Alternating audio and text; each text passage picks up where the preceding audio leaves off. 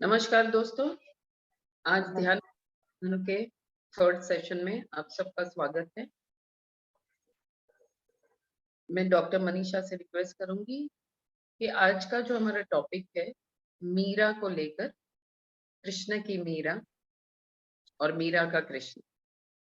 तो मैं चाहूंगी कि मैं रिक्वेस्ट करूंगी डॉक्टर मनीषा से कि मीरा के जो फैक्ट्स है, कहाँ उनका जन्म हुआ, फिर थोड़ा जो लाइफ का जो फैक्ट्स है वो आप बताएं। उसके बाद मैं उस भक्ति के एसेंस को लेकर, मीरा को लेकर बाकी का सेशन में।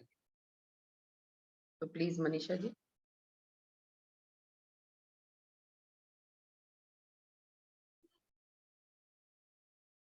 अपने आप को अनम्यूट करें मनीषा जी। प्रणाम माँ। आज मुझे सौभाग्य प्राप्त हुआ है भक्त शिरोमणि मीराबाई के बारे में कुछ परिचय देने का। मीराबाई एक बहुत बड़ी भक्ति युग की संत हुई है। वो 16वीं शताब्दी में कृष्ण भक्त थी।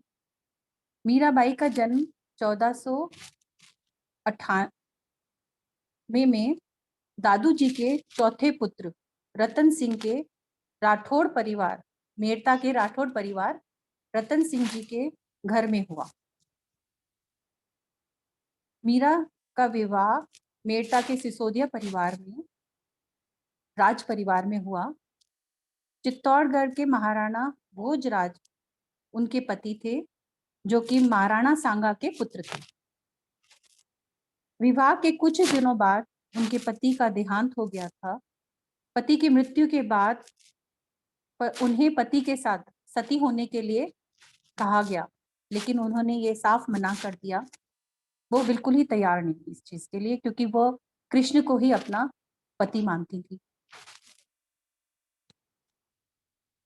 इस बात से वो विरक्त हो गई और साधु संतों की संगति में वो हरि कीर्तन करते हुए समय व्यतीत करने लगे। पति के परलोक वास के बाद उनकी भक्ति दिन प्रतिदिन प्रगाढ़ होती गई और वे मंदिरों में जा जाकर वहां मौजूद कृष्ण भक्तों के साथ कृष्ण मूर्ति के सामने नृत्य करती। मीरा का नृत्य और गान राज परिवार को मंजूर नहीं था, उन्हें अच्छा नहीं लगता था और उन्होंने उनको विष देने का बहुत बार प्रयत्न किया। अनेक बार मारने के प्रयत्न में कई बार उनको सांप की पोटली दी गई, भिजवाई गई, जो कि चमत्कारिक रूप से एक हार बन गई, हीरो का हार। और कई बार उनको उनके देवर विक्रमादित्य ने उनको कई बार जहर पिलाने की कोशिश करी और हर बार वह उसको अमृत पान, जैसे ही जहर को लेती वह अमृत बन जाती, क्योंकि वह उसे भगवान का ही भोग समझ के पी लेती। इतनी ससुराल की बारे में उनको पता चला, बहुत वो परेशान रहती और इसके कारण वह द्वारका और वृंदावन चली गई। वहां लोगों ने उनका बहुत ही सम्मान किया, उनको पूजने लगे और उनके गुरु रविदास जी थे, जो कि रैदास उनको बुलाया जाता था। वो रामानंद जी के शिष्य थे। रामानंद जी से ही उन्होंने आध्यात्मिक ज्ञान प्राप्त किया था। वो कबीरदास जी के समकक्ष माने जाते हैं और कबीरदास जी ने ही उन्हें रामानंद जी के बारे में बताया। कहते हैं मीरा का पास्ट लाइफ थी, उसके बारे में भी मैं थोड़ा सा एक हाईलाइट करना चाहूंगी, माँ आज्ञा हो तो मीरा बताते हैं कि जब कृष्ण के समय में, कृष्ण के युग में, मीरा माधवी नाम की एक गोपी थी। यहाँ हमारे साथ भी माधवी जी है, तो माधवी जी काइंडली लिसन टू दिस। और वो बहुत सुंदर हुआ करती। उनका विवाह एक सुंदर नाम के कृष्ण के भक्त के साथ ही, कृष्ण के सखा के साथ ही हुआ था और वह वृंदावन में रहती थी। लेकिन उनकी माँ ने उन्हें एक गलत बात बता दी कि एक कन्हैया नाम का आएगा जो तुम्हें देखेगा और तुम उसकी ओर बिल्कुल नहीं देखना, क्योंकि वो तुम्हारे को अपने मुंह में बांध लेगा। तो उन्होंने, जब उनको पता था जब भी वो कृष्ण आते उनके पास, वो अपना घूंघट कर देते और उन्हें अपने पास आने ही नहीं देते। हालांकि सुंदर ने बोला कि जाओ अपनी भाभी को देख लो। कृष्ण ने बहुत बोला कि मेरे को मुख दिखा दो अपना, भाभी क्या तुम मेरे को नहीं देखोगी? और माधवी बिल्कुल ओढ़ना ओढ़ के अपना हाथ पांव भी नहीं दिखाती थी। लेकिन एक दिन ऐसा हुआ कि जब वृंदावन में बहुत वर्षा हुई, जब भगवान ने अपनी तर्जनी उंगली में गोवर्धन पर्वत उठाया, तब माधवी ने देखा ये कौन ऐसा है जो एक तर्जनी उंगली में इतना भार उठाए हुए है और पूरे गोकुल को बचा रहा है।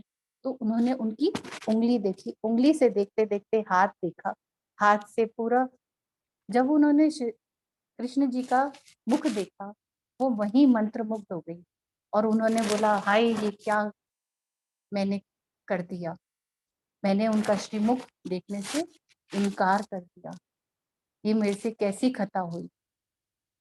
कृष्ण जी उनको पहले ही बोल के जा चुके थे कि अब तुम देखना, तुम मेरे पीछे पड़ोगी और मैं तुम्हें नहीं मिलूंगा। और यही बात हुई, जब भी गोपियां रास करती तो वह माधवी नहीं होती। तो ये वही विरहा कुमारी मीरा आई और आज उन्होंने दर्शन प्राप्त किया।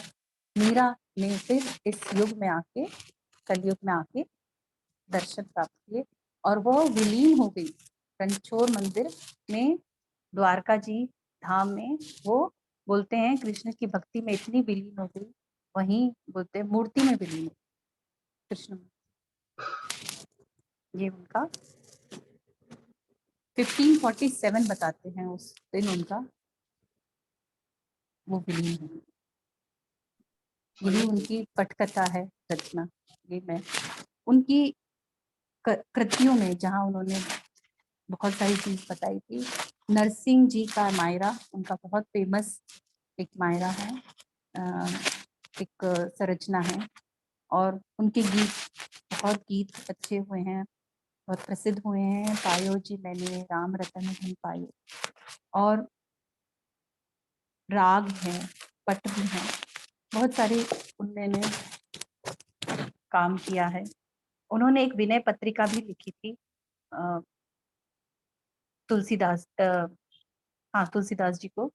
उस विनय पत्रिका में उन्होंने उनसे अनुरोध किया था कि मेरे को इस तरह से सताया जा रहा था, तब विनय पत्रिका में उत्तर स्वरूप उन्होंने बोला था तुलसीदास जी ने कि आप वृंदावन आ जाइए, आपको जरूरत नहीं है, आप वृंदावन आ जाइए। तब वो वृंदावन गई। तो ये सब मुझे आज पहली बार पढ़ के मुझे इतना आश्चर्यचकित हो गई कि इतनी सब नॉलेज मिली। थैंक यू माँ, thank you for giving me this opportunity. See Manisha, इसीलिए कहा जाता है कि जब हम बोलते हैं ना, तब हम उस वक्त भी हम सीखते हैं। तो आज आपको बोलना था, तो उसके पीछे देखो कितना सीखना हो गया, है ना। Wonderful, thank you so much Manisha ji, आपके समय के लिए भी।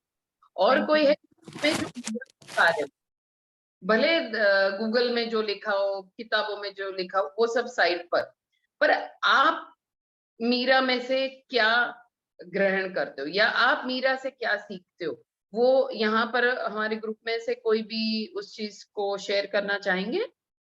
है कोई? तो प्लीज रेज योर हैंड, तो सीमा जी फिर आपको अनम्यूट करेंगी। है कोई जो मीरा के बारे में हमसे शेयर करना चाहेंगे? नहीं तो आप बताइए हमें, है कोई? माँ उषा मैम बताएंगी, वो एक कहानी सुनाएंगी बिल्कुल। जो कि रैदास जी के साथ में हुई थी घटना। वो वाली यस, कहानी उषा मैम बहुत सुंदर सुनाती है, उनसे मैं है, मैं अनुरोध करती हूँ, अभी अगर है वो वो? हैं तो। हाँ जी, तो प्लीज उषा जी। नहीं है अनम्यूट। वो, अभी आए नहीं लगता है। आए नहीं, ठीक है। और कोई है इसके अलावा, उनके अलावा? नहीं है, ठीक है, तो मैं शुरुआत करती हूँ। आप सबने हर गुरु को या कई गुरुओं को ये बोलते हुए सुना होगा कि परमात्मा को जानने के लिए आपको मीरा बनना पड़ेगा, है ना? तो मीरा बनना पड़ेगा क्यों कहते हैं? मीरा बनना पड़ेगा का मतलब ये नहीं है कि रजवाड़ा बनना पड़ेगा, घाघरा चोली पहनना पड़ेगा, तंबोरा बजाना पड़ेगा, नो। हम्म। तो मीरा बनना पड़ेगा का मतलब यही होता है कि भावपूर्ण, भाव प्रदेश में आपको एंट्री लेनी पड़ेगी, है ना? अब यहाँ है भाव प्रदेश और दूसरा क्या है? बैलेंस।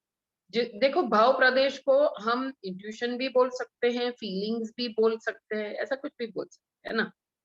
हाँ, तो उसके बैलेंस में क्या होता है? अगर ये भाव प्रदेश का अगर एक तत्व है या एक मार्ग है ना, भाव प्रदेश का, जो जिसमें भाव का उच्च स्तर, उच्चतम अवस्था मीरा है। हम किसी और का सुनते नहीं, हम मीरा का ही। अगर भाव का आया परमात्मा के प्रति, सत्य के प्रति, कृष्ण के प्रति, तो हम हमेशा मीरा का ही नाम, क्योंकि वो एपिटमी है ना। तो दूसरी तरफ है आध्यात्मिक विज्ञान, यानी कि दिमाग, यानी कि ज्ञान, है ना? यस और नो? दिमाग और हृदय, हाँ। दिमाग और हृदय, ठीक है। अगर कोई दिमाग से शुरू भी करता, अगर शुरू भी करता है दिमाग से, तो दिमाग की तो एक सीमा है कि नहीं? दिमाग की एक सीमा है। हाँ, वैज्ञानिक जो है वो 99.999% तक भी दिमाग को यूज कर सकते हैं, लेकिन फिर एक वक्त आता है जब उसको हटाकर उनको फीलिंग्स या तो मैजिक, जो मैजिकल मोमेंट है वो दिमाग के परे। तो यहाँ पर मीरा बनना पड़ेगा का मतलब ये होता है, Meera is equal to what? तो मीरा इज इक्वल टू भाव प्रदेश। मीरा का मतलब है सरेंडर। मीरा का मतलब होता है नो माइंड। मीरा का मतलब होता है नो कैलकुलेशन। मीरा का मतलब होता है टोटल ट्रस्ट। जो टैरो की डेक होती है ना, टैरो कार्ड्स की डेक होती है, उसमें एक कार्ड होता है जिसको फूल कहा गया है, FOOL, जिसका अर्थ होता है मूर्ख।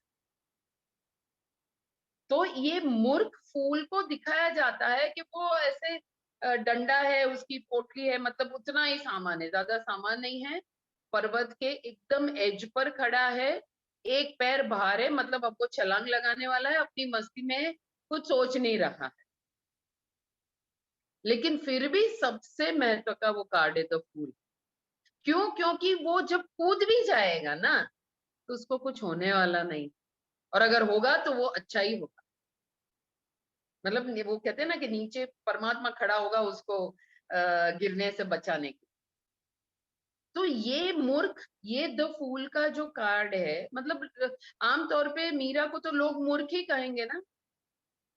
इतना अच्छा परिवार, इतना रजवाड़ा, इतना पैसा, इतना सब कुछ, फिर क्या मूर्ख की तरह चल पड़ी तंबूरा लेकर, या जो भी वो था वो लेकर कृष्ण की धुन में। तो हम जब मीरा की टॉपिक लेते हैं, तो सबसे पहले तो क्योंकि उनका जन्म राजस्थान में हुआ, तो ये ध्यान राजस्थान की जो हमारी मूवमेंट है उसका मीरा एक बहुत बड़ा हिस्सा।